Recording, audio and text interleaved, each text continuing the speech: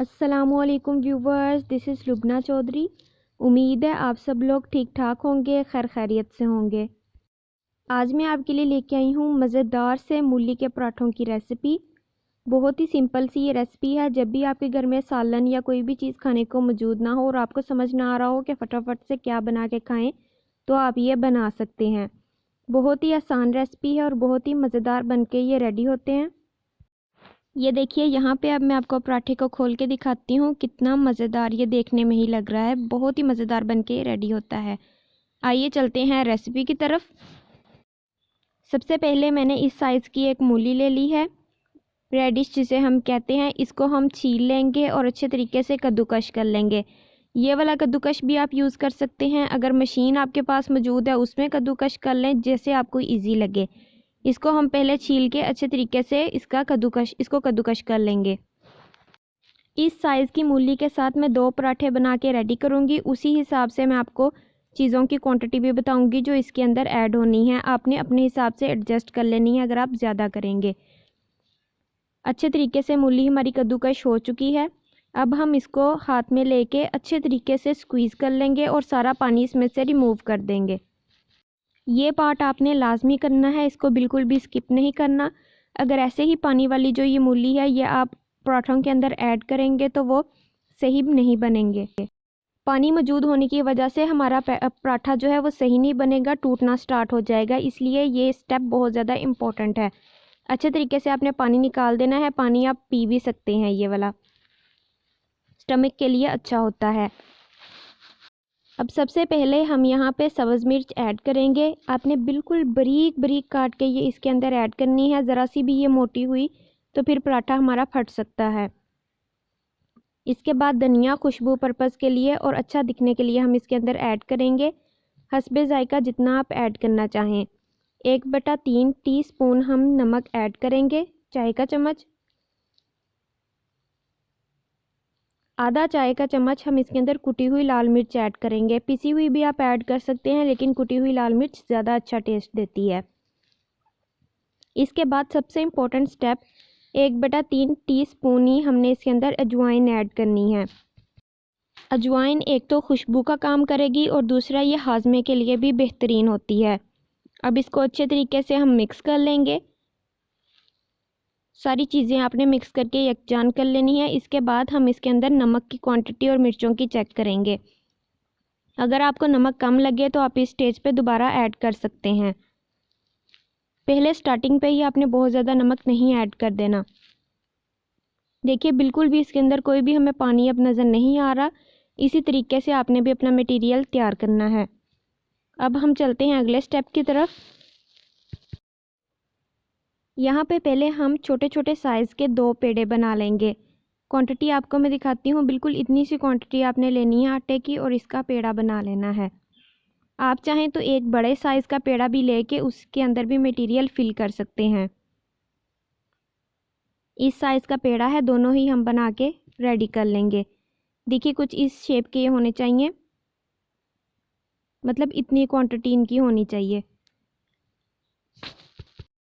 अब हम इन पेड़ों को बेल लेंगे अच्छे तरीके से। आपने इनको बारीक सी करके रोटी बना लेनी है, छोटी सी। सारा प्रोसेस आपको मैं दिखाती हूँ यहाँ पे किस तरह हम इसको बेल लेंगे। किनारे आपने इसके बारीक रखते हुए इसको बेलना है। दोनों रोटियां इसी तरीके से हम तैयार कर लेंगे। इतनी ही क्वांटिटी आपने इसकी रखनी है, इससे ज़्यादा आपने अभी बड़ा नहीं करना। अब हम अपना मटेरियल इसके अंदर फिल कर लेंगे। ओवर फिलिंग आपने बिल्कुल भी नहीं करनी, जितना पेड़ा है उसी हिसाब से एडजस्ट करना है।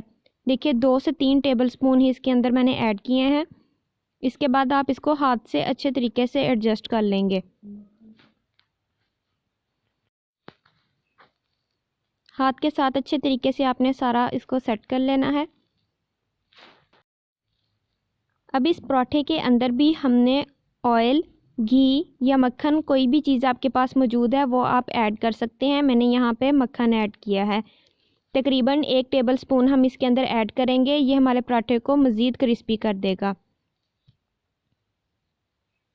अब दूसरा पेड़ा जो हमने बनाया था वो इसके ऊपर ऐड कर देंगे और इसको अच्छे तरीके से साइडों से बंद कर देंगे। पहले इसको एडजस्ट कर लेना है, फिर इस तरह प्रेस करते हुए आपने इसकी कॉर्नर्स को बंद कर देना है ताकि ये खुले नहीं।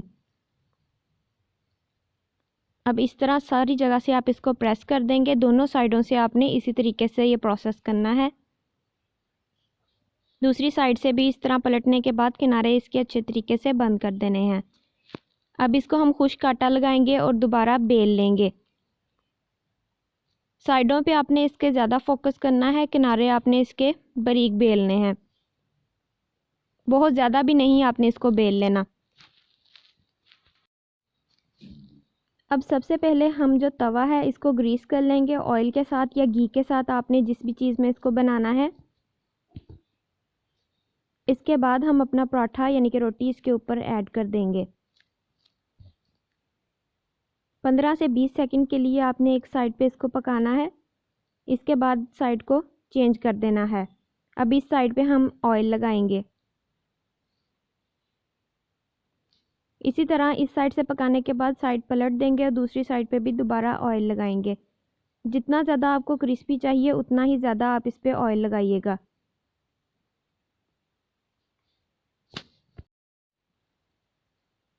दूसरी साइड पे भी हमने अच्छे तरीके से घी या ऑयल लगा दिया है।